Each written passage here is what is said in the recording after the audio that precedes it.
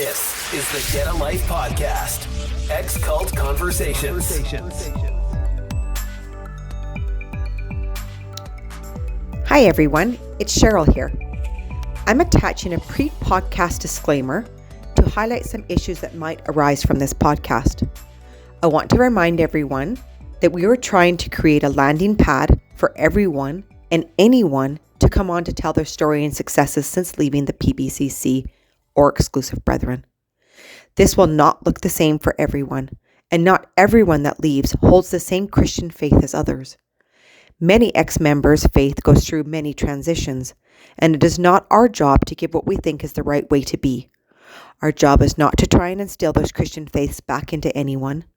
Our job is to hold space for the survivors to tell their story. Our job is also to be the opposite of the PBCC and offer freedom of expression and freedom of self. You will find strong language in this podcast and discussion of different beliefs. Please listen with your hearts and open arms to each survivor gaining their courage to come forward and speak. Let's leave the judgments and constructive criticism and forge a new way of embracing each unique individual. Thank you.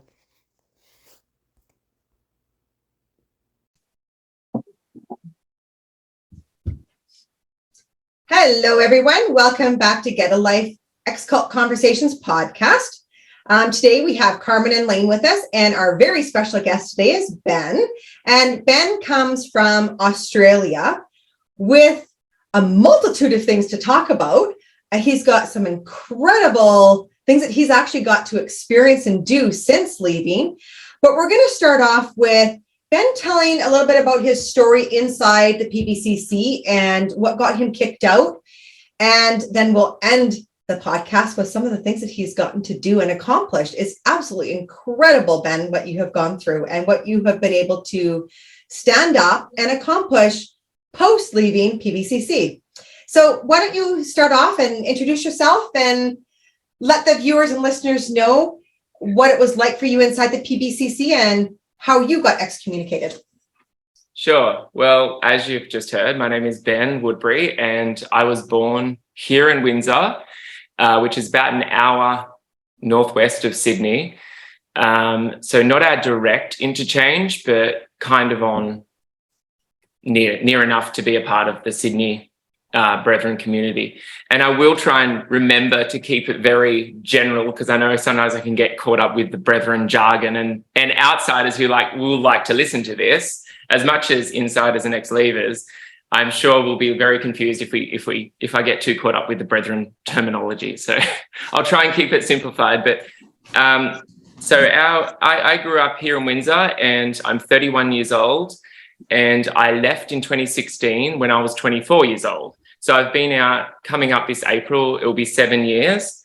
And yeah, what a journey. I live in the same town I was born in, which I know a lot of brethren don't really do. Like when you leave the cult or the church, you want to put as much distance between you and it as possible. Whereas I just really wasn't afraid of it. And I'd set my roots here, and nobody was going to tell me to move. So as much as as traumatic as that has been and was to begin with, I feel like in the flip side to that is I really had to learn to deal with it and stand my ground straight away, which I think has got me to where I am today.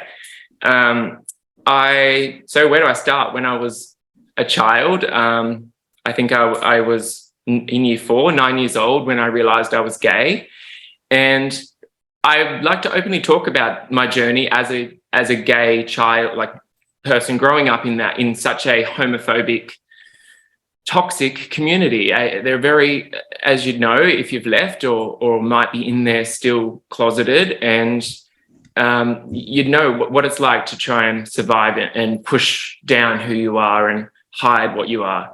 I never thought I'd ever speak up about it. I had an inkling I would one day, but I just never thought I would. I thought it'd be more about other people's stories, helping other victims of abuse, not me being gay. I think because it was just such a big thing to finally accept, gay men in general, without the whole religious trauma of being, religious cult or upbringing already have to deal with the shame of growing up in a straight man's world and dealing with the fact that they're gay. So growing up from 9 until I was, I think, about 13, 14, so I think it was like 5 or 6 years, I honestly thought I was the only gay person. So I didn't have much of a sex education at all from my parents, from the brethren. It's a very taboo subject. So dealing or battling with my sexuality came from what I gleaned as a child from other kids in my class during primary school. I did kinder to year 6 in a non-brethren primary school, and then year 7 to year 12, so my high school grades, I did in a brethren school.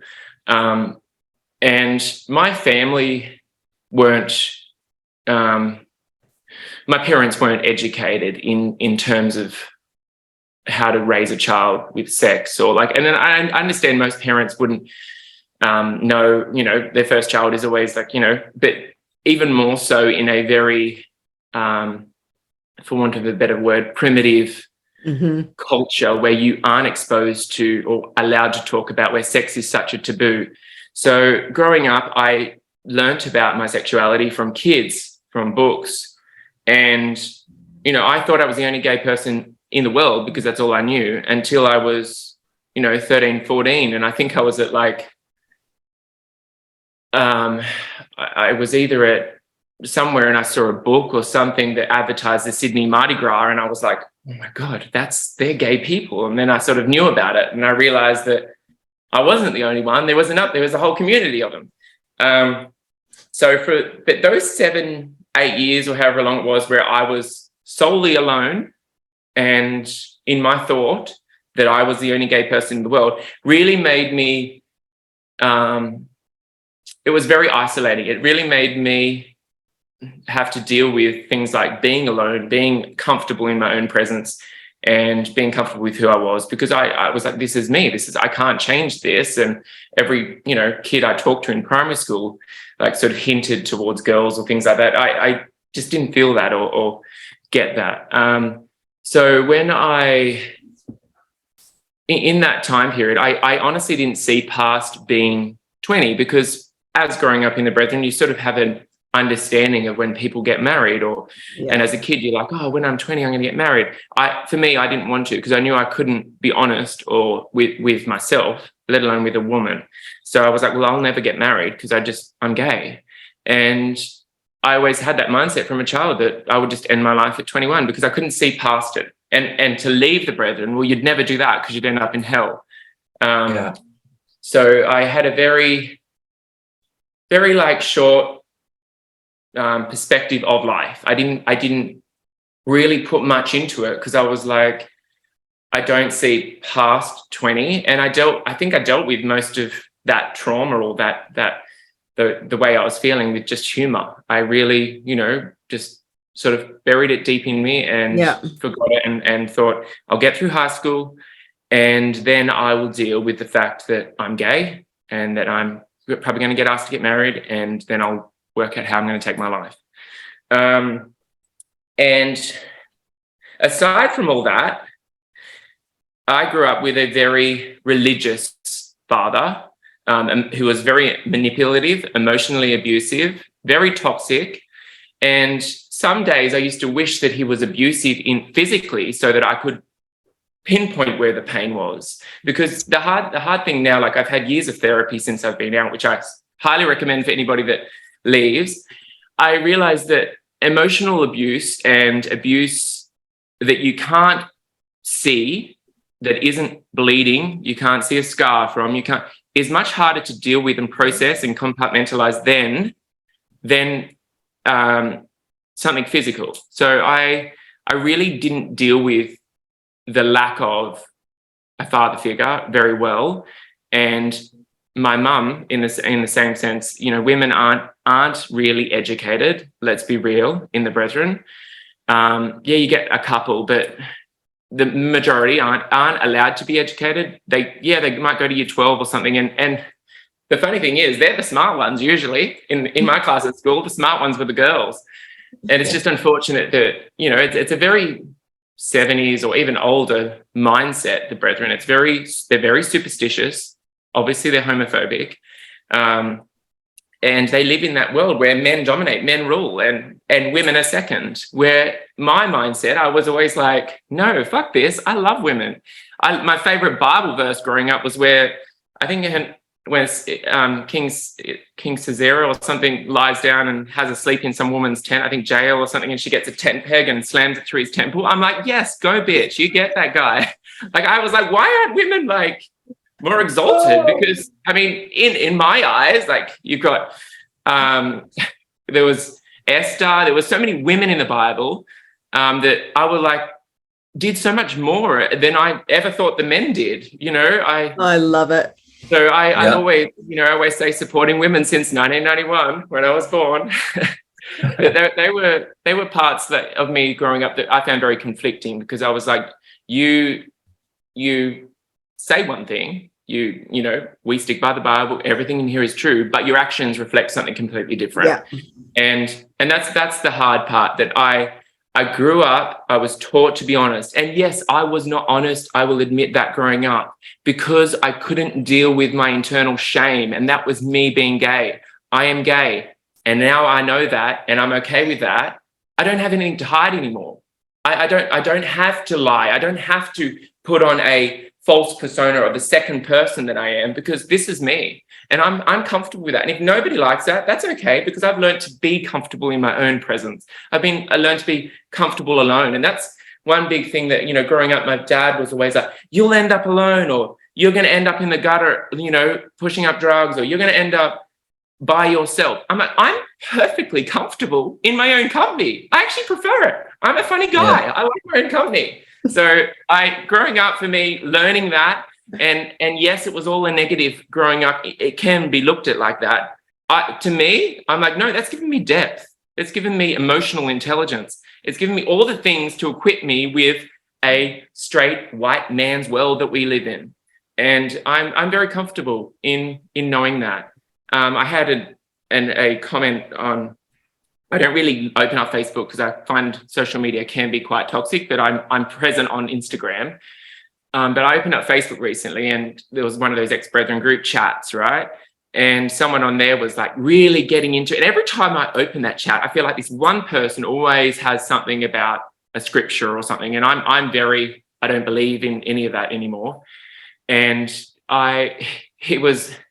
someone had put something up about gay pride or something, and he had a scripture for it. And yeah, he just really got into it. And I said, dude, listen to yourself. You're saying, I can't bear to see this shoved in our faces. But every time I open up Facebook, you're shoving a scripture in our face. Like, some of us have dealt with a lot of religious trauma to find a community, the ex-brethren group, and we don't want to have to see that or face that again. You've gone from being a bully in one schoolyard to be a bully in another.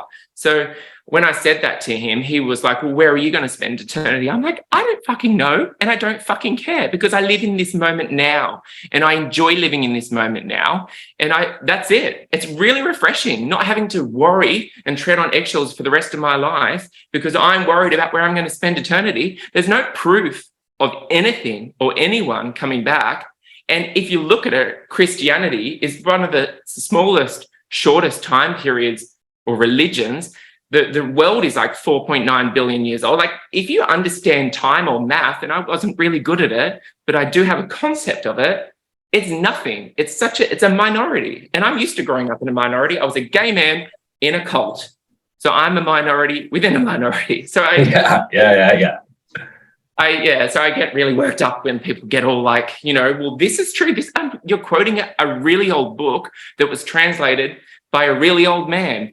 And no offense to old men, but like the brethren used to always boast and brag about how J&D was so intelligent. He used to go to wherever it was and because you weren't allowed to borrow Bibles or have Bibles back then, he used to, or the scripts or wherever he took it from and translated it.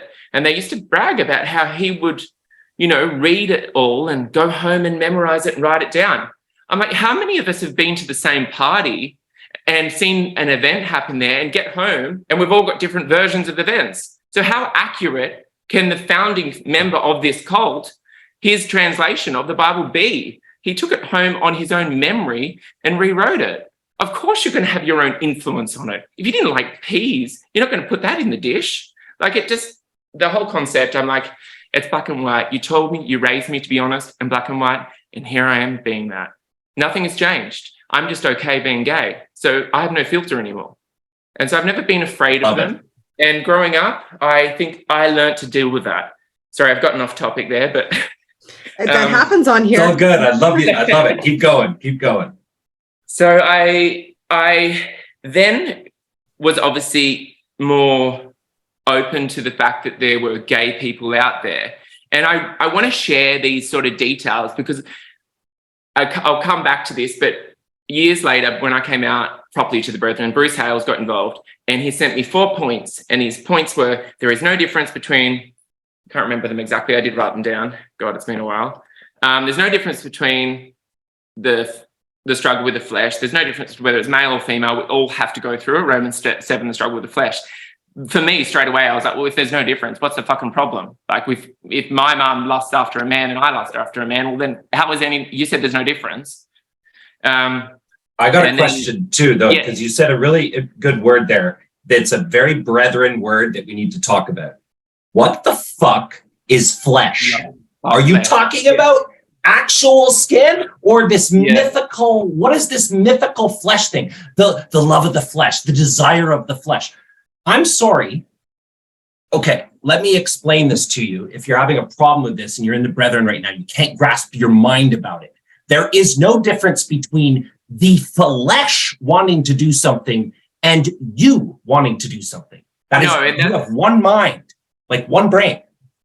That's what this is where I say that they are superstitious. They are the most superstitious community I've ever come across. The idea, even, I know everyone has different beliefs or whatever, but the idea of a rapture to me is like Santa Claus. Like and I used to have this argument with my dad. Like, he'd be like, but I don't want to be raptured if it means that I'm going to have to hang out with you for eternity. I'm quite happy to be in the other alternative, because living 24 years of my life with you, that was hell. So how I would not want to spend eternity with you. And imagine those hymns forever. I know, right? Yeah, no, not for me. And they also talk about things like, I'm getting off point here, but with that rapture idea, like, you know, because we're a peculiar people, zealous for good work. Peculiar? Fuck yeah, that's right. Zealous? Yeah, maybe, but for good works, now that's a stretch. Come on. We've seen what you're capable of and what you do and how you treat people. You are not zealous for good works. So why, for a start, if there was a rapture, you wouldn't be it. You wouldn't be raptured. Why would he want to hang out with you? Like, I couldn't deal with that. So back to my points that Bruce Hales gave me. One of them that I found was really interesting and why I want to bring it up, and that's why I want to talk about my gay experience. He said, there are many brethren in the fellowship that have overcome it, far more than those that haven't. So basically, he said, there are more closeted men in the brethren than there are that have left that are happy gay. So that for me was huge, because I did the math of, I've helped a few people leave, and in my circle, I've got, you know, a group of us, and there's nearly over half that are gay. So to me, you do the math, the ratio. These are random members that have left that have sort of sought out my help. And I'm like, yeah, there's a lot of gay men in there that are closeted and probably trapped. So I want to talk about this experience so they can go, oh my God, I had a similar experience growing up. I felt just as alone. And then can see how I've dealt with it and how many others that have left live happy and successful lives, peaceful lives. So when I was like 14, 15, I was going through the paper when my mum was out at the shops one day, because obviously for the outside listeners, we didn't grow up with music, radio, internet, and I didn't, because I was from a different era. They have internet now, but you can look up a bank or the opening hours of a cafe. It's not really internet. You can't just like look up Wikipedia and search what you're curious about. North Korea internet. Yeah, basically. So cult-like internet.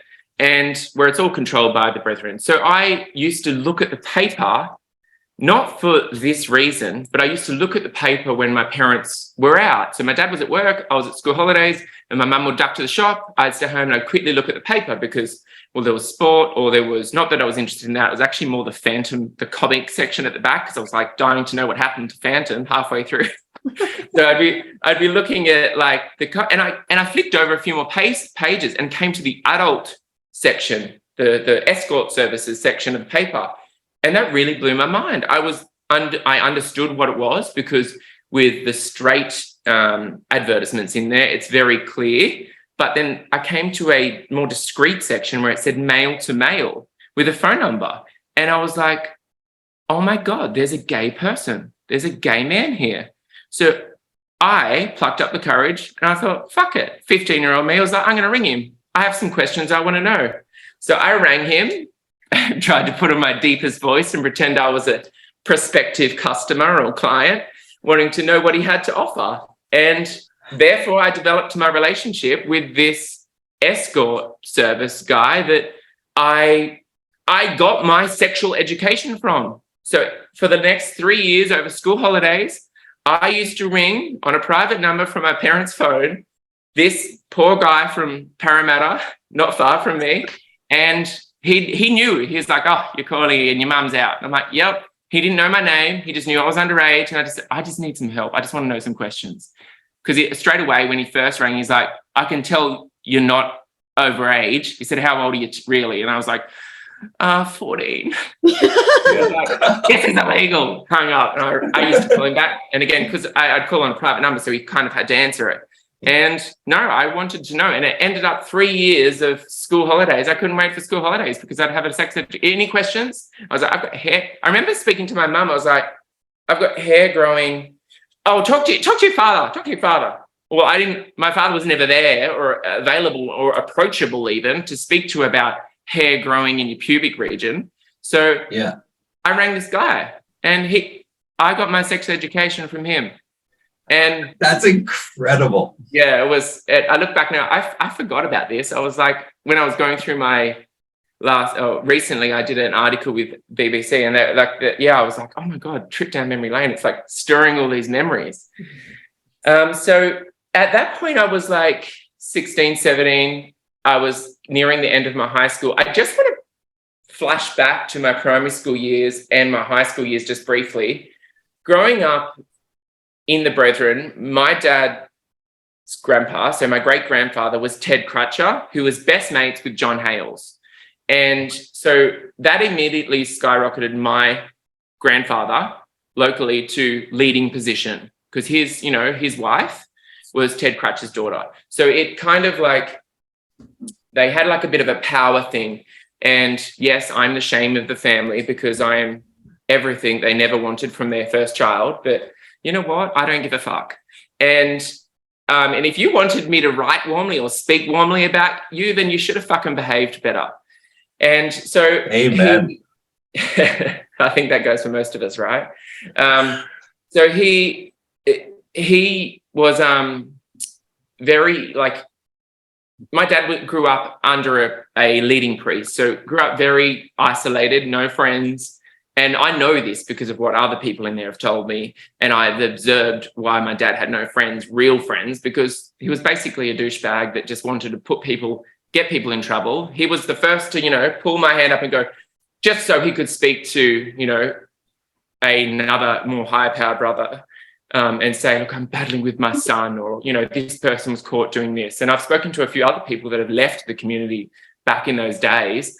And yeah, they were like, yeah, my dad was basically a little rat, dobbing on people and snitching here and there. And which really explains why he's like he is. All that internal self-loathing that he just, the only way he could find his own self-worth was bringing somebody else down. And hurt people. Sorry? Hurt people.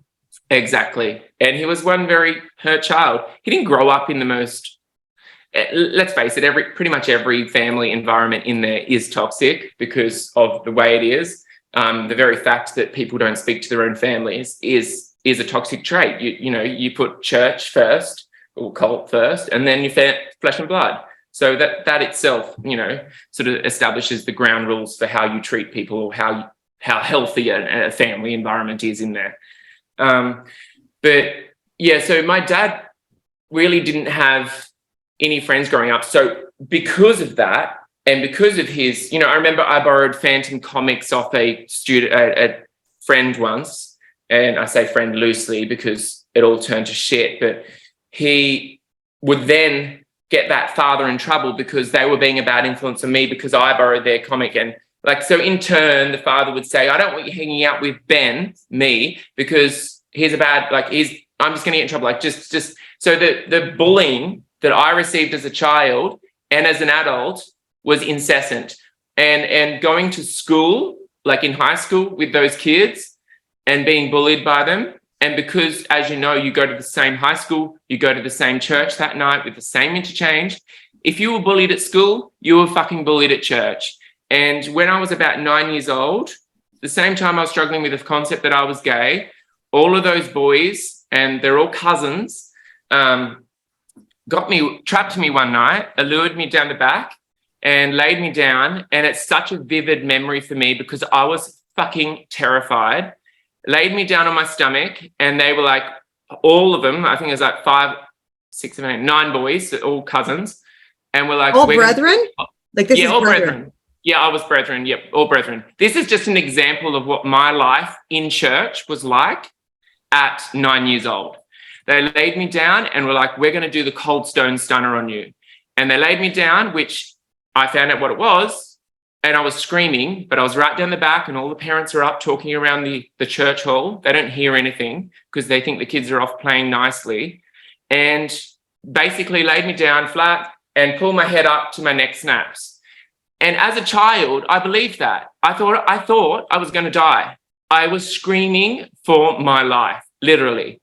And I don't know why they stopped. They were one of them, I remember saying, are we actually going to do it? And the other one was like, yeah. And the other one, I realize now, he's gay and married and yeah, just so he would have been dealing with what I was dealing with. But because I have always been, as somebody has close to me has described me, unapologetically me, even as a kid, I was always, this is who I am. I can't change it. So deal with it. It's a you problem.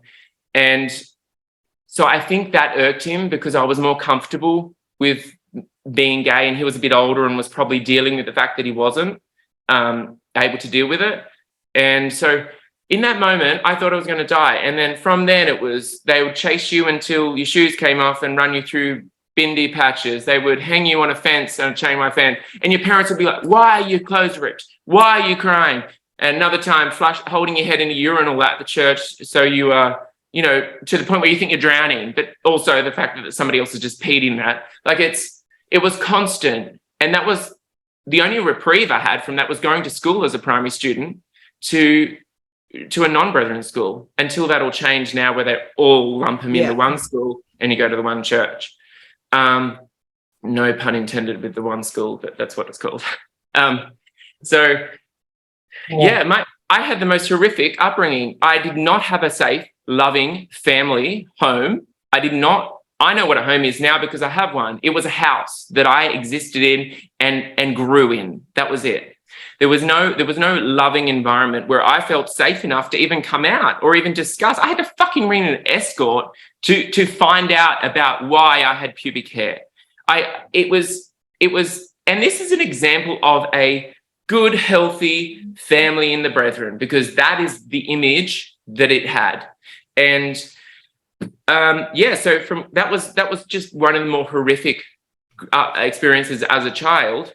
And I was just never good enough. You were never, ever let to be a part of that group. And then you were bullied as to why you stood next to your dad after every church. Well, I'd rather live, if I go down the back and I'm going to die. So it was that mindset of those primal instincts kick in, where you've got to fight for your survival. You've got to live, even though I knew at 20 I was going to have to decide whether I was going to live or not. Because so on top of the religious trauma, on top of the emotional family abuse, on top of that, you're also dealing with your gay, and then on top of that, you're bullying. So it really can fuck up a person. And this is why I believe that there are so many other people in there that just don't deal with it, and they just resort to alcohol, because by the time I could drink, I was fucking drinking.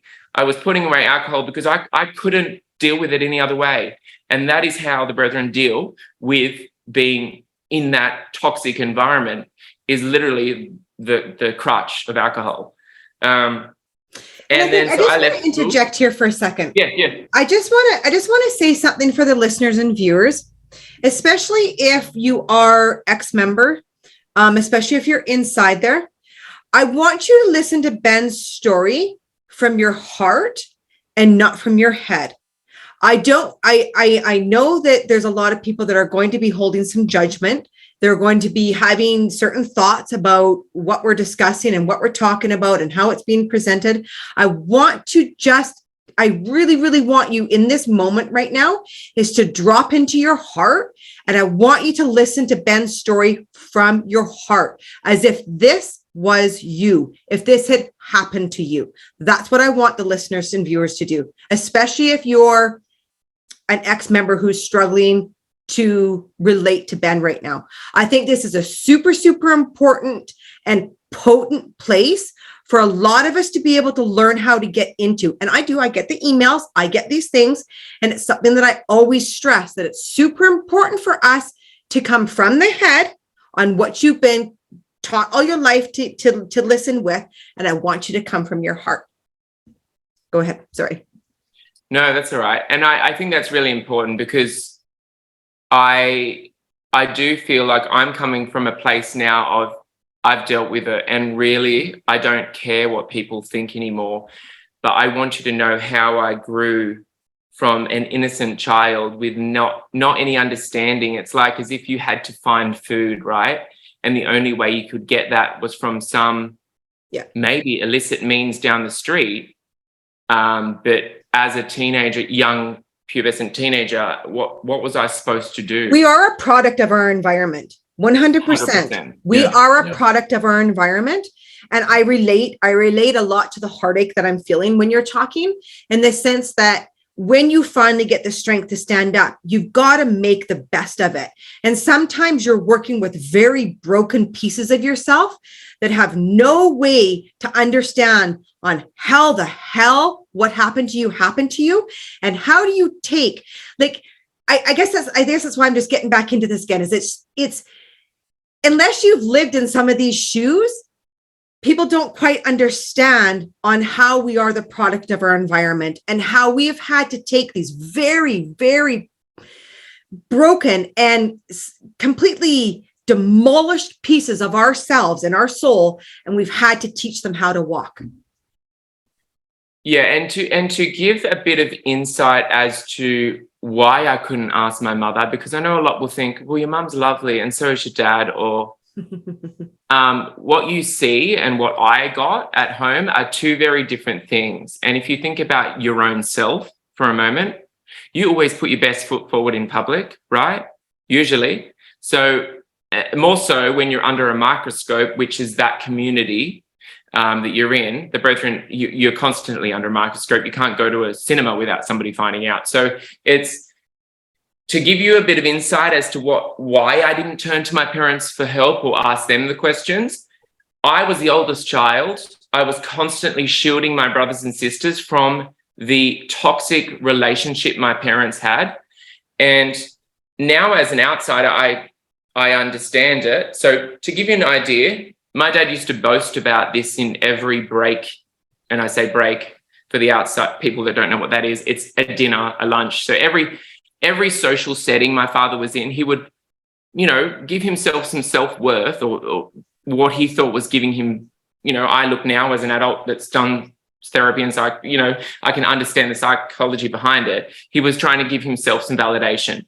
And he would basically tell this story of how John Hales, the current leader's father, who was the previous leader, helped him get married. And that was, my dad used to tell this story of how he was 19 years old. The leader at the time said to him, "Are you married? Why aren't you married?" And he said, "I don't know. I don't have a girl," blah, blah, blah, which really speaks for like now I have secondhand embarrassment thinking my dad thinking this is a great story. I'm like, it really shows that you couldn't pick up a girl and that you had to have it prearranged for you.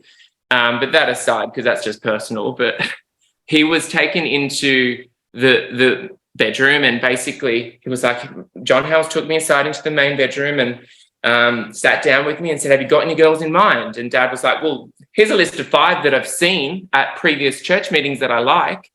And he went through the list, John Hales, and was like, no, not this one, not that one, not this one. Maybe let's try these 2. So this is and the brethren have this concept that, and I was told this by a leading brother. So I know it's, and I've always heard it all my life, and you guys can probably vouch for this, but they have this concept that love comes after marriage. And so my dad went and saw one girl didn't work out, and my mum was brought to Sydney fellowship meetings, and there's a big meeting where she was from Western Australia. She was brought across with her twin sister, and my dad saw them and was basically like, I'm glad I picked the right one. So the approach to his marriage, there was no depth. There was no depth or communication, or even, you're not even allowed to find out if you like this person. Like my mum in the real world would never have married my dad, and my dad would never have been attracted to her. It was just that the leader teed these 2 up, and so this is it. This is what's happening, and as you know, what the leader says goes. So and men often use that, like my dad would have, because I think my mum from memory, she was engaged to somebody at that time, or had been, and I don't know the actual story, but I know that they were picking house and like they were really into, and it was broken off. Now I believe it was broken off because John Hales said to my dad, there's an option. So when the leader speaks, you do what you're told. So my mum and dad, me growing up in that family, they did not love each other. I've seen what love is. They're a product of their environment, and therefore so was I. I grew up in a household or a family that didn't know what unconditional love was. They didn't know what a safe, happy home was. And therefore I'm the product of that. And for example, a story that from growing up, that I remember my dad and mum were always arguing, and this fight they had, to the point where they were driving along a highway. My mum said, that's it, Daniel, I'm done. She undid her seatbelt. And as a child, as a 9-year-old, I'm witnessing this. I'm holding my brothers and sisters because I was intuitive, because I knew what was happening, because I'd always hedged around and tried to repair their relationships all my life. I navigated, Mum's not feeling great, Dad, you need to stop saying that. Like, I was the constant peacemaker in their relationship. So it was a full-time battle. Growing up, I didn't have any time to work on who I was or speak about me, because I was dealing with 2 adults that didn't really or should never have been together. And my mum undid her seatbelt and was like, open her door. And as a child, you believe what you see. You don't know somebody's intent. I didn't know it was to obviously, get my dad to stop carrying on like he did. And she was going to throw herself from a moving car on a highway. And as a child, I just remember screaming, and my dad coming to a stop at like some lights, and I'm holding my brothers and sisters. Like, it was traumatic. And I lived and dealt with that as a growing child would, trying to protect his brothers and sisters. And I constantly was seeing this mindset, this game that my parents were playing, that, even my mum would take us to the library as children and growing up, and we'd be given, opportunity to borrow a book or a tape, a cassette, but we'd have to hide it by the time Dad got home. So it was this constant us versus him mindset. There was no unity in this marriage. There was no love in this marriage. And this whole concept of love comes after marriage is just to get you fucking married and stuck in there. And when you got kids, and as I've known recently with somebody I've helped leave, and you've got kids and you're stuck in marriage, it's really difficult to get out, because they'll try and keep those kids before they try and keep the mother with those kids. No matter I think also it's they're stopping them from having sex, right? So these people have never had sex before, and the only way that they can ever have intercourse is by getting married. So of course they're desperate to get married at 20, right? Who wouldn't be? Yeah, well, I mean, I don't think everybody, like my dad isn't, I think he had 4 kids and had sex 4 times, to be honest. So I don't, yeah. He's not that romantic. This really just lays out, though, like a fundamental issue that they have inside there, right? Like it's just, I'm getting a little riled up, and it just breaks my freaking heart on these fundamental issues that destroy lives.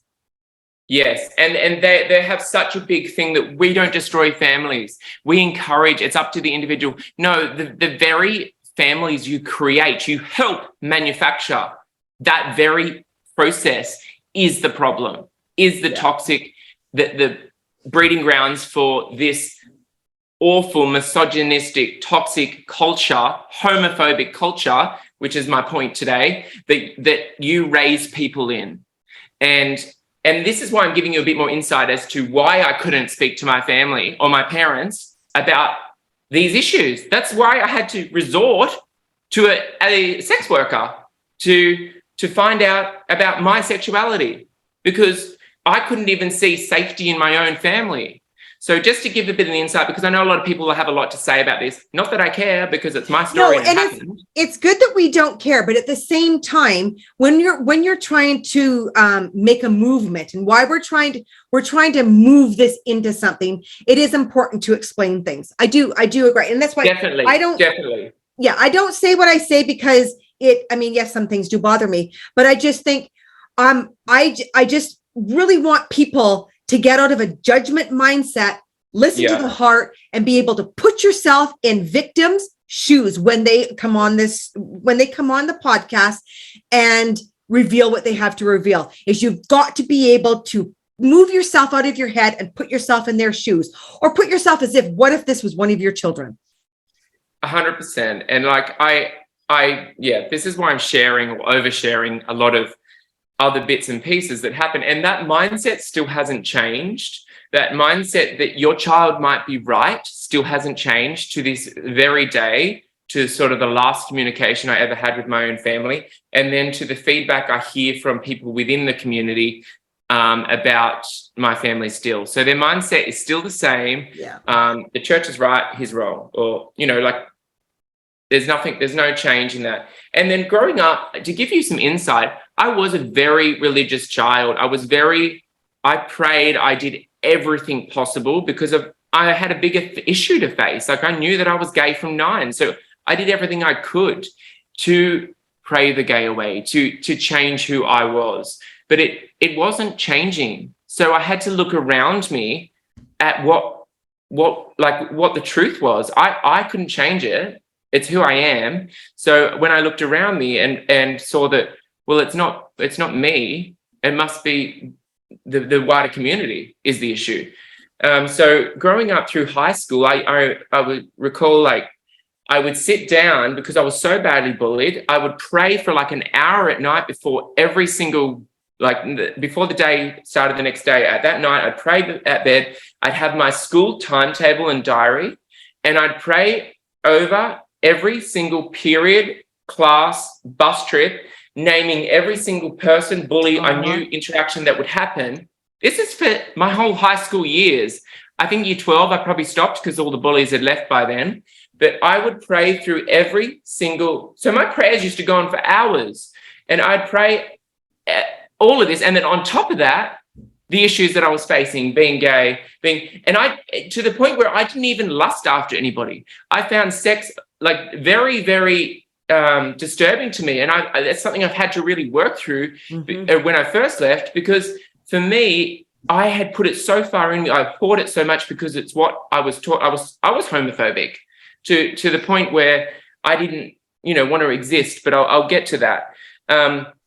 And so through my high school years, I was really, really alone. And also you're guarding this secret. You don't want to tell anybody about it because of the recompense. Like, there's constant derogatory slurs where gay is synonymous with the word shit. So if something doesn't go to work or it doesn't look good, it's gay. Oh, that's gay. That's such a brethren terminology to say, if it's not good, it's gay. So it was more with young kids. So you grew up surrounded by this constantly. Yeah. You grew up learning that, the brethren are warned not to go near the city when it's Mardi Gras because of the abhorrent evil, the people from the pit itself. Like, so you grew up knowing the very worst, you were one of the very, very, very worst of sinners, basically. So it's a lot to process. On top of that, the bullying, the whatever other trauma you faced, and abuses, and there was a moment in high school where I was left alone in a detention room, and one of the bullies came over, and I was in year 7, and basically said, "How big's your cock?" And I obviously was terrified and didn't say. I was like, and everyone was laughing, all the boys were laughing, and then he basically leant down, grabbed my crutch, and says, "Okay, it's that big." Went up to the board and proceeded to draw Ben's cock. And this is brethren, right? Yeah, this is my first year at high school in a detention room. Okay, I just want the listeners to realize that this is not a public school. This is one school global that he is referring to what happens with the bullying inside there. And hearing other people's stories of what happened inside that school, even to date since I've left, I got away lightly. And I'm not minimizing what happened to me. I am accepting that it was a horrific experience. Mm-hmm. But what's happened to others is horrendous. So it's not, you're not free from, like, being under this Christian umbrella, this, these good people, peculiar for zealous for good works. You're not free from it. And I think the whole point in bringing this up is I want everybody to know you're just normal humans, like, and the people in there. It's okay that we're not all perfect, or we're flawed humans. It's about how we sit in that uncomfortability. It's about how we process it. It's about how we deal with being alone. And just living in the moment, not like tearing other people down just so that you feel better. Or, it's very much about, you're just all human. You're not a special people. You're actually average humans. That's key. They're not special. And what grinds my gears is the irony that this kind of behavior happens, and yet they claim that they were chosen specially by the creator of the entire fucking universe, which is infinite, by the way. The infinite universe, the creator chose them as a special people. Yet this kind of bullying and disgusting behavior goes on at their schools. You're not fucking chosen for shit. And this is why I had that laugh before. I'm like, chosen? A kid want to hang out with you? Really? For all eternity? For endless time? I couldn't think of anything worse. That would be hell. This is why I say that, because I know that my 24 years in there, apart from the years I don't remember as an infant, were hell. We're a living hell. Yeah. And hell to me isn't pain physically brought to you by fire, because there are far more worse pains in life that aren't tangible. And that's living with toxic people in a toxic environment. And that's what I grew up in. And this is what I want to reiterate, so the people in there that might have gone through a similar experience, and also moving forward about how I left, I want you to know you can live a peaceful life, and it's not all happy and it's not all sad, because they're just emotions. They come, they go. But peace, yes, it flows forever. That safe environment you are in, it's there forever. And that's the beauty of it. Like, if you can sit with the uncomfortability, if you can sit with your emotions and honor them, because some days you are sad, like coming up the early start month of April, I have a moment where I'm sad because I left a very, very, big part of my life behind 7 years ago, will be this April. So I'm okay with that. I look forward to processing those emotions. Yeah. I look forward to sitting there in that sadness and the silence alone and thinking about what I left. And then the next day I'm fine. I move on. Yes. You move forward and look at the life you have in this moment now. Oh, you couldn't have said that any better. That was amazing. That literally sums it up. Yeah. That was perfect. Should we go into therapy for you? That's what years of therapy will do. Right? I wouldn't be alive today if I didn't have my therapy either. I mean, I just had to do a bunch of therapy altogether to get over a big, huge crash that I just went through. But you know what? We're humans. We pick ourselves back up and we get to, the thing is you can't get this kind of healing inside there. right? No, I sometimes think right. that my mom let me go because she knew I would not be able to get the healing I needed in there. And the only way I could heal what I went through was by leaving. 100%. And also, Cheryl, you don't get that growth, that emotional intelligence, that emotional awareness just for yourself, not about like other people, because that comes, but for yourself to know when you're not having a great day, to know that when you are having a great day, to be in that moment and celebrate you as a human and know that just we are flawed. We're human. We will fail. We will let people down. People will let us down. So don't hold yourself to such a high standard and don't hold others to such a high standard. We are just all human beings. Yeah. So back to my timeline. I'm trying to keep it, sorry. Then I left school and I worked for my dad for a year. And that was, again, hell. I was working for the same man I was living with. Wasn't a fun time. And then also I was going through moments of being rebellious. You know, I loved music and I loved movies. And I explored that region. And then I remember I got an iPad or iPod.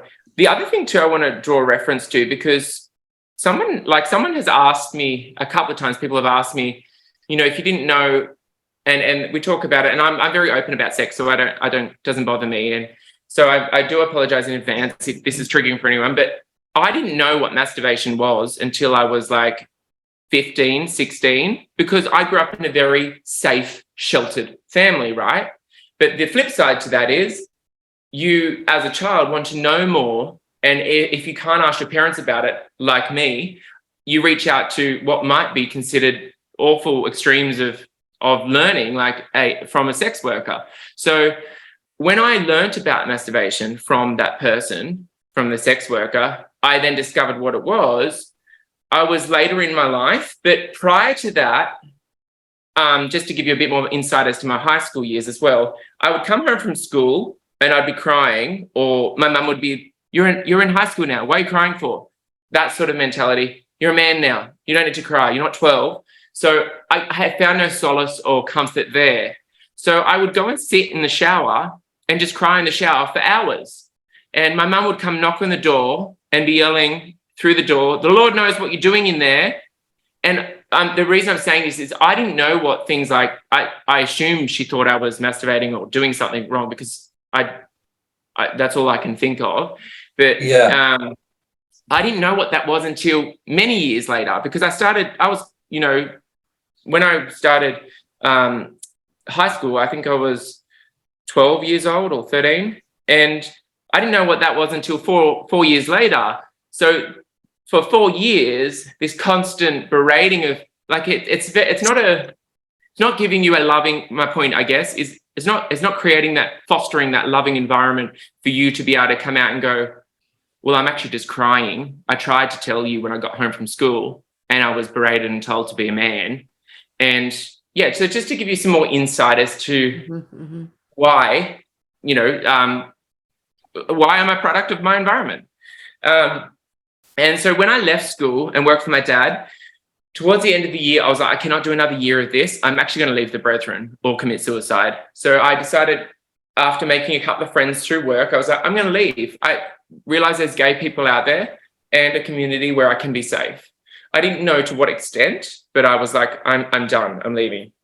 I told my auntie, and she rang me back because it was a different time zone and was like, you know, whatever you're going through, I know of somebody that was even gay and now he's married and got kids and he's been cured. So in my mind, I was like, holy shit, this actually works. This is this, and this was the second time I'd heard this.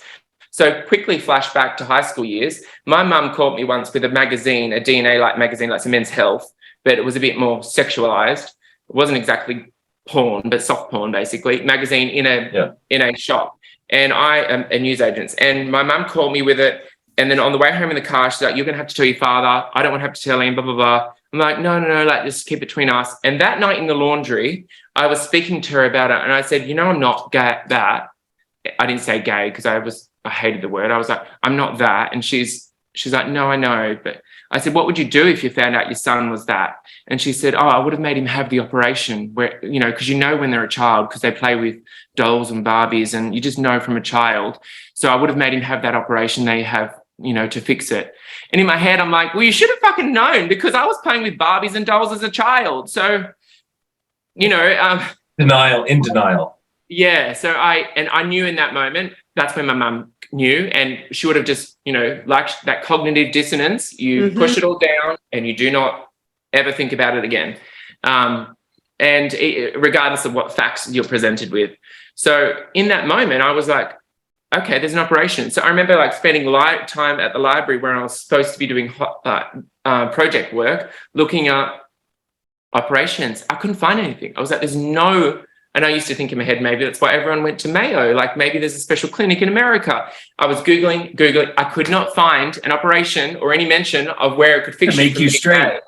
Yeah. No, it was the brethren operation. Yeah, exactly. Then I ended up asking a teacher, and who was knowledgeable in science, and she said, there is nothing to change who you are. And there's nothing wrong with who you are. And although they never knew and I never said it, I knew what she meant. Yeah. And from that moment, I was like, okay. And she's like, made reference to a relative or something. And that's when I knew if one person accepts me for me and likes me for me, I'm going to be fine. I just need to learn to do that myself. So cut to when I left work and my auntie told me there was somebody she knew that was gay that was even fixed. Like, what you're dealing with can't be that bad. I then realized when she called me again, I was going to come out to her. So I came out to my auntie first and I said, well, actually, I am gay. And it was so traumatic. Like I was in the backyard just sobbing and crying. It was such a horrific experience coming out. Like it felt like you were just at the door of Hades or the door of heaven. Yeah. You couldn't get in. You had to confess what you were. And then it was up to that person receiving that as to whether you were going to hell or not. That's how it felt. So in that moment, I'd led from 9 years old till I was 18. That's like 9 years of my life. So for over half of my life, I had believed I was destined to hell. I lived in a lonely, isolated place of not being who I was because I was too afraid to be who I was because I was not loved as it was. I didn't find love or happiness as I was, let alone coming out as who I really was.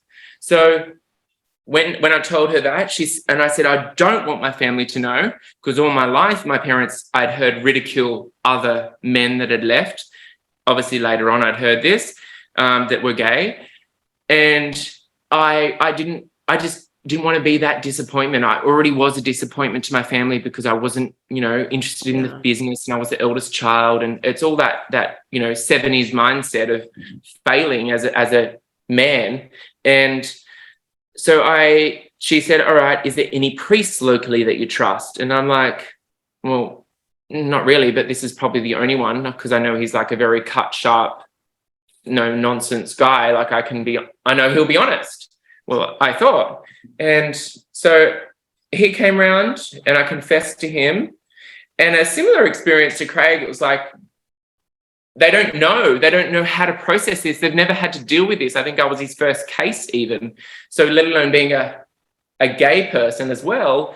They're like, how gay do you think you are? And I'm like, well, in my head now, I'm like, what, like Britney gay or Beyonce gay? Like, I'm pretty gay. So I've never had a girlfriend. Does that make me a platinum gay? I don't know. Like it's... They're just so uneducated. Very, very primitive. Their whole mindset, is very narrow-minded. Like it's because of they're a product of their environment. They're very much, you grow up under a rock, you have the vision of the shadow of the rock. Yeah. That is it.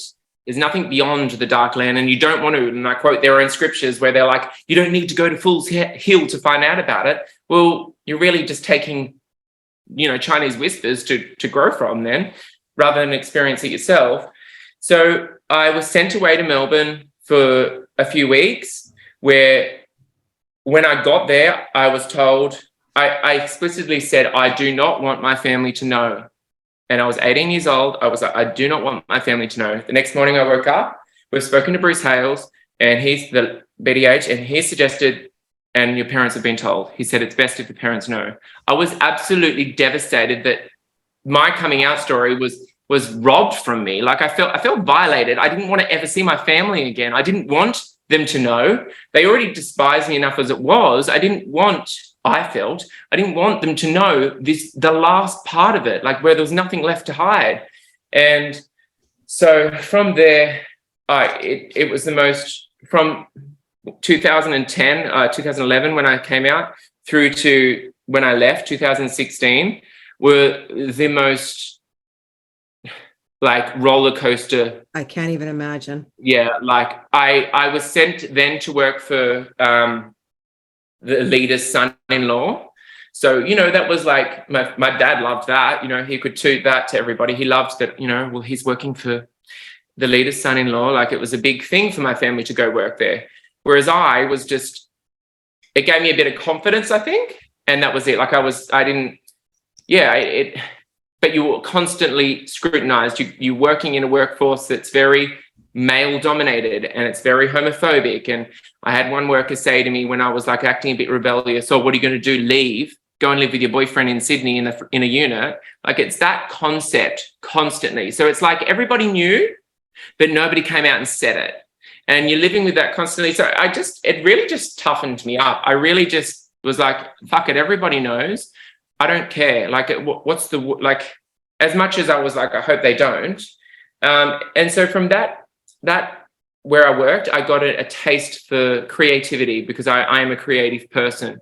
And I got a taste for interior design and things like that, whereby I created, I think, my first furniture piece, designed my own first furniture piece. And just to give you an idea, I was like an encouragement case through those 5 years. I was sent to live with different people. I didn't like living at home. And then it got to a point where I couldn't take it anymore. And I went to the local river where I first came out to my priest and wrote like a goodbye and took pills, drank myself silly, and was going to jump in the river because the river here is very, it's not a safe river. So most people, you know, there's a lot of deaths there. So I was just like, I'm going to end my life here.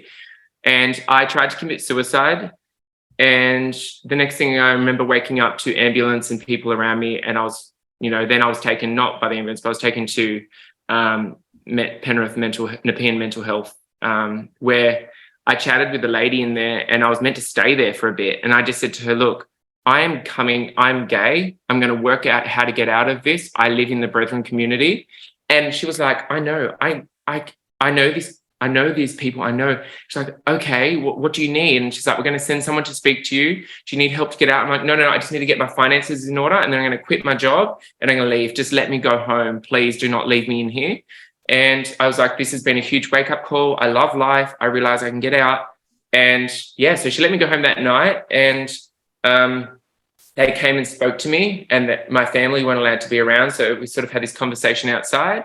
And yeah, since then they sort of checked up in on me and cut to, I think, so that was somewhere towards the end of my working for the leader's son-in-law. And I just don't want to name names. So using just to give you a idea of how powerful it was working, what it was like working for somebody powerful who I believe might even be the next leader. But anyway, we'll get into that another podcast. But there's a lot of stories there. It sort of became difficult for me to be in that environment anymore. And we had this sort of discussion around the table, like, we're going to make you redundant, or like find you a job somewhere else, or you're doing your own business on the side, like interior design, maybe you can pursue that. And I was just like, you know what, this is it, I'm going to resign. So I resigned and I left, I think like 6 months after that. But before I left, I created this furniture piece, and one of the suppliers of the fabric said, oh, you should enter that into the Australian Contemporary Design Awards. And I was like, no, I'll get in trouble. And they're like, no, come on, like, otherwise we will. So I was like, okay, let's do it. Yeah. So this is my first furniture piece that I did, and I was a finalist, and I had a photo with Darren Palmer, which I was super proud of, because even though he's a gay man, I was like, he's not seeing it yet. Interior design in Australia. And is it coming up? It's okay. I got to go back in. It's not coming up. That's all right. Share it again. We're excused from knowing how to use technology, all right? We didn't grow up with it.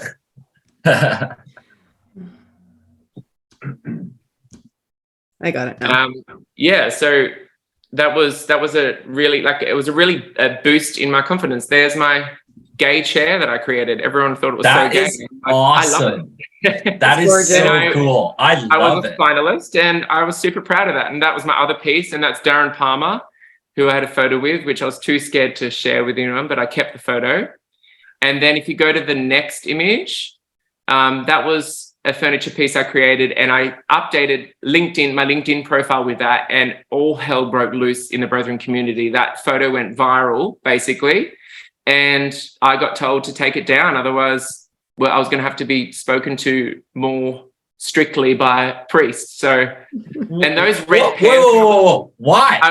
I wore those red pants to a church meeting once, and I came home and washed them. And my mum, I asked my mum where she'd put them, and she had said, "You're never wearing those pants again." And she'd cut them up, like she'd basically thrown them out. That's what it was like trying to be yourself. So that was me as a Brethren. As you can see, I didn't really fit in. I did everything to make a point. If you go back a few photos too, Cheryl, just to touch on the type of emotional manipulation I was dealing with my dad. One day I went out for a drive in my car, and I just was sitting at a KFC, actually, just listening to Rihanna, some music or something, because I was so fed up with my family, or particularly my dad. And I came home to my pillow sitting at the front door at 10 o'clock at night, or 10:30, because it was a Saturday night, and a note from my dad saying, "Sleep in your car." Because I never had keys to the house or anything, because I wasn't to be trusted.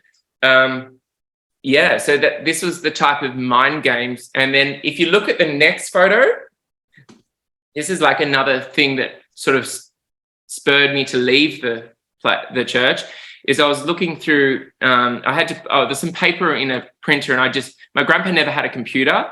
So I used to have to go and put his papers that were printed out for him on his desk. I found an email with my name on it. So I was like, okay, this is interesting, which I haven't shared, but I will later on. All about me, detailing about me. So I already knew that they were all talking about me and what to do with me. And then I found this on my grandpa's desk, just sitting there. So it says, this is my grandpa's writing, 6:30, what to do, what do you want for tea? This is obviously my dad speaking. 8:45, we are going to bed. 9:30, I locked the door. 10 p.m, I came home. And that's when I found the note. And then this is my uncle, Russell, and Elton, who's a local priest, who was my priest. And basically their conclusion was they would never have him in the house again. So this is the type of environment my family, my dad was raising. That's my grandpa's writing. My grandpa, this is generational.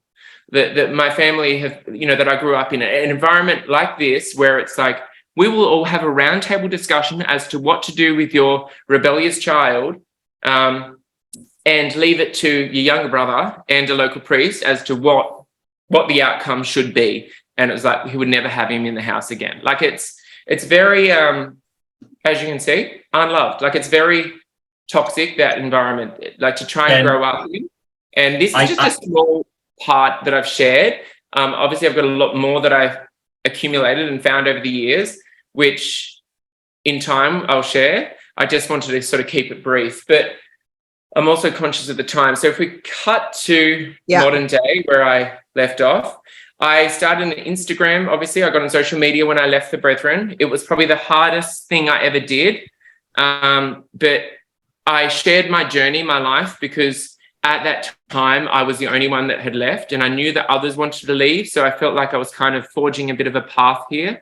And I wanted to share my life experiences with previous members or other members, Brethren, who still watch my Instagram to this day.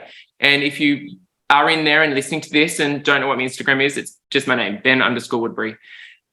follow us for some fun times. But basically, this is just an example of the brethren abuse that I have copped over the years. Here we've got this was to my Christmas, have a happy gay time, Ben, you fag. And it's such brethren colloquialism. It's such brethren language. I knew straight away that it was a brethren.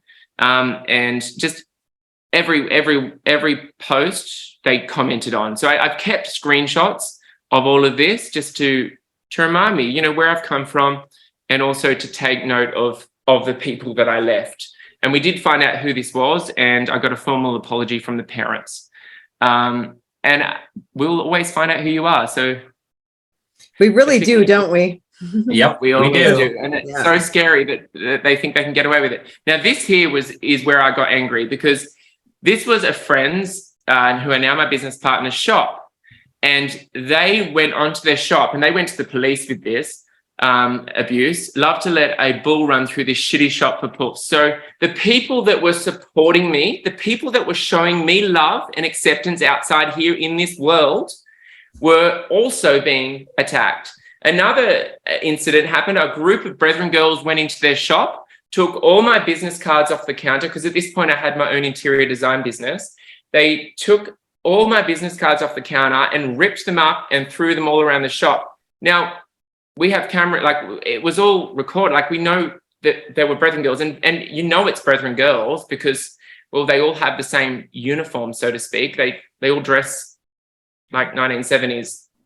Yeah, style. none of the women wear pants. No women. Well, it's a bit more detailed than that nowadays. Like, no one out here wears a puffy headband or a flat pair of Mimco shoes, or fake designer clothes. But not to get too personal, but it's a trend starts like probably back in the day, the buff. I don't know if you remember that. Like, a trend starts and it sticks for about 30 years. So you know when you see a brethren person, you know it, particularly the women. But back to this, my friends, my family, my new family outside were being attacked. And I didn't stand for that. So we found out who it was and we dealt with it. But just to keep it real, I guess I'm showing this, not to discourage anybody that ever wants to leave, because I want you to see you are living in the real world. You will come across what we call here trolls. You will come across negative people. But in this world, in the real world, you don't have to have those people into your house. You don't have to go to church with those people. You don't have to have them in your community.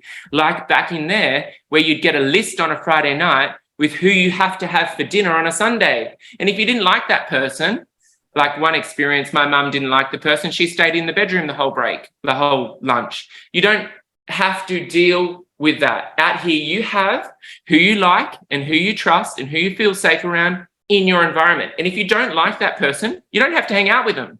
There's no, what's the term they use? No special friends. There's no there's no loving relationships. I want to say something too, if there's brethren listening on the inside. That hatred that you say that you have for the world, that hatred that you love to hate the world and hate other people, that's a reflection of the hatred you have for yourself. And that's really sad. Yeah, definitely. I agree with that. It's just knowing what it felt like to hate yourself. So from there, I did want to I just looking at my notes, remember to touch on like the understanding of, and I guess this is why I've been so open about my gay journey, is the understanding of the brethren mindset. Like, I remember when I came out, my grandpa took me for a walk and he was like, do you think it was you watching the cows? My uncle used to have a farm with cows on it. He's like, do you think it was you watching the cows at the farm that made you think about being gay? And I'm like, bestiality is very different to homosexuality. And I was like, no, Grandpa, I did not look at my uncle's cows and think, geez, those cows, I wonder what it feels like to fuck a guy. Like, no, this primitive mindset or knowledge or understanding is, as you say, a product of their environment, because they're not allowed to be exposed or learn or go to Fool's Hill to find out about the real world or about just general knowledge. Like that's the collective IQ of the brethren is probably like 5. Yeah, well, and yeah, so and they have that mindset too of like, I was thinking of earlier about the Hales family being like the royal family. So whatever they do goes, there's no questioning of that. And I remember like, I used to work for the leader's son-in-law. I remember him saying to me one day, he's like, you do realize I've married into the royal family? And I'm like, yeah, I do, because in this world, it is like the royal family. But the royal family, if you look at it in modern day concept, it's not, it's a very outdated system. Wow. And I do feel like there's 2 candidates running for the next, because let's face it, they're not going to be raptured, or I believe. I don't believe in that. And there will have to be another leader. So those brothers are not going to surrender very easily. No, and I feel like the eldest one, the troublesome one, the one with ego issues and a God complex, if he's selected, that will be the downfall. I hope he is. I doubt it, because he's too egotistical. But if he is, he will be the downfall of that whole religion, because his ego will get in the way. And I hope it is, actually, because it would be nice to watch it crumble. But I feel like my boss, the leader's son-in-law, I feel like he's been groomed to be the next one. But that's a topic for another day. I'll just get to those other photos. Yeah, let's go into like the fun you have had since.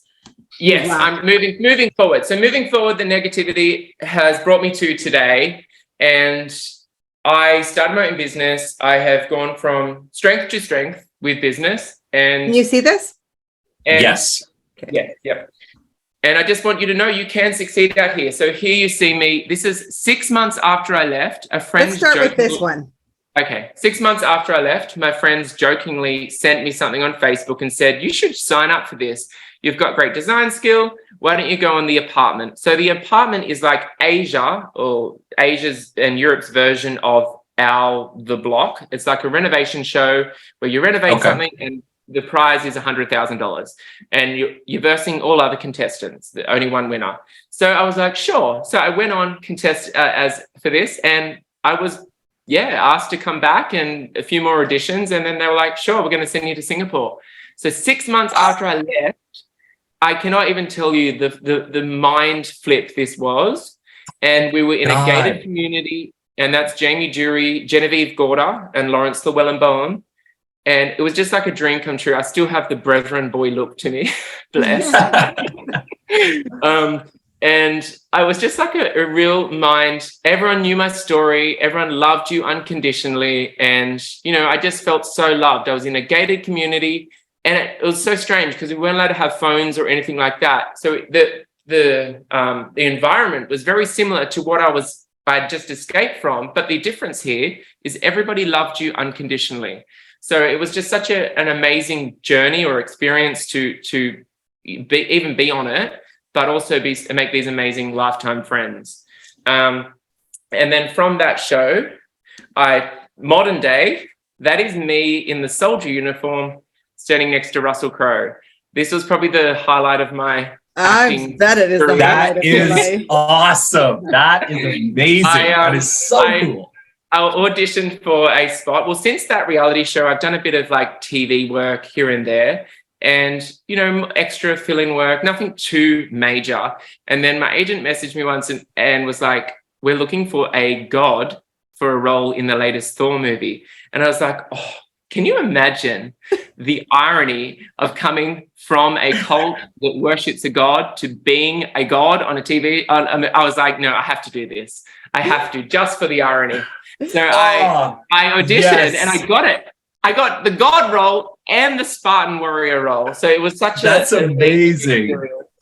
And I got to meet. You can Google it. It's like literally you can. I know. And one of my friends sent me this, was like, you're in the cinematic universe now. And I'm like, oh my God, this is brilliant. I will never die. That is so cool. Yeah, exactly. And then Chris Hemsworth posted this, and that's me on the left. So it was, and I met Chris Hemsworth, I met Russell Crowe, I met Tessa Thompson, I met oh my God. It was amazing. It was amazing.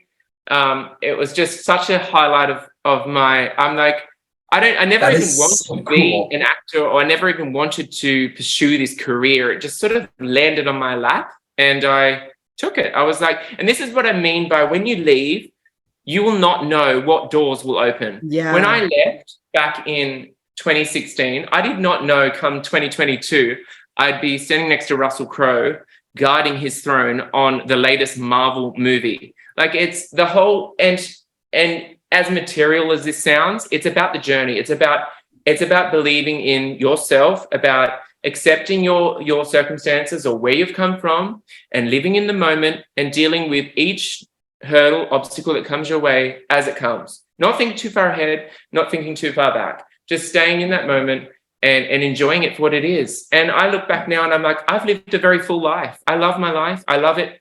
It's very peaceful, and I'm in control of who comes into it and who goes out of it. It's my life, and you only get one shot at it. So why not give it everything you fucking got?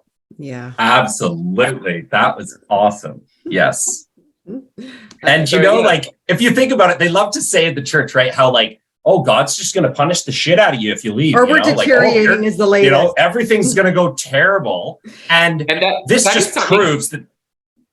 Yeah, no, it's. I'm glad you brought that up, Lane, because that's something I want to touch on. The fear of God, or God's discipline that follows you around forever. Mm-hmm.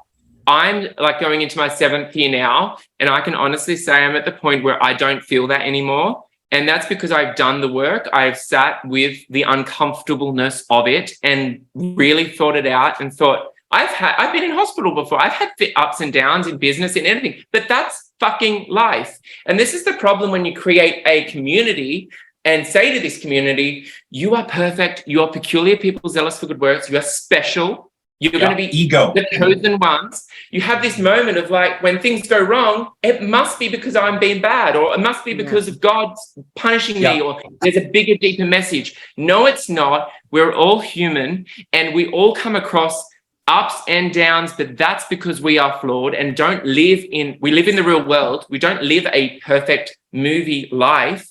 You just deal with it. As it comes, it comes. You sit in that negative moment. You have a couple of down months. You have a bad year.